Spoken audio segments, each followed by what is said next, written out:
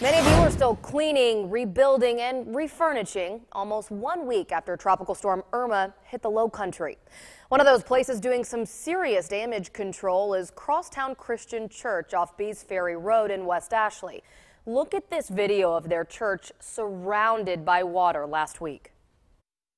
Each of the times it has required us to kind of start over with the building. Pastor Paul Rienzo says they've held church services here for 12 years, and it's only been in the last 2 to 3 that they've seen this kind of flooding. The storms have contributed to it, but I think over the last couple of years, with some of the modifications that have been made in the area, the growth that's taken place, the expansion of Bees Ferry Road, it seems that the drain field is not working as it should. According to Rienzo, the city of Charleston is doing a study to give them a game plan on how to handle the situation. We're really looking to that study to give us some remedy, not just some suggestions, but actually some hardscape changes. He says more than just their church depend on a remedy because the problems extend to the neighborhoods across Bees Ferry Road also. Some of them have lost their homes 4 times in the last 2 years. They're rebuilding once again. It's really a big issue for all of us. This should feel like a step backwards for his church, but he says the sacred elements are propelled forward. You become the sacred space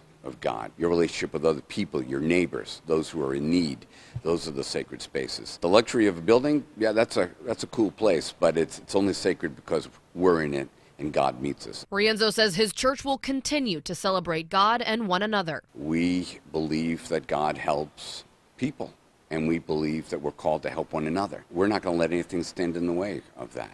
And we want to show this community that don't give up because we haven't.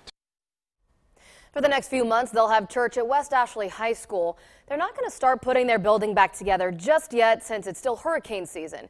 Crosstown's considering raising the floors or moving to a different location.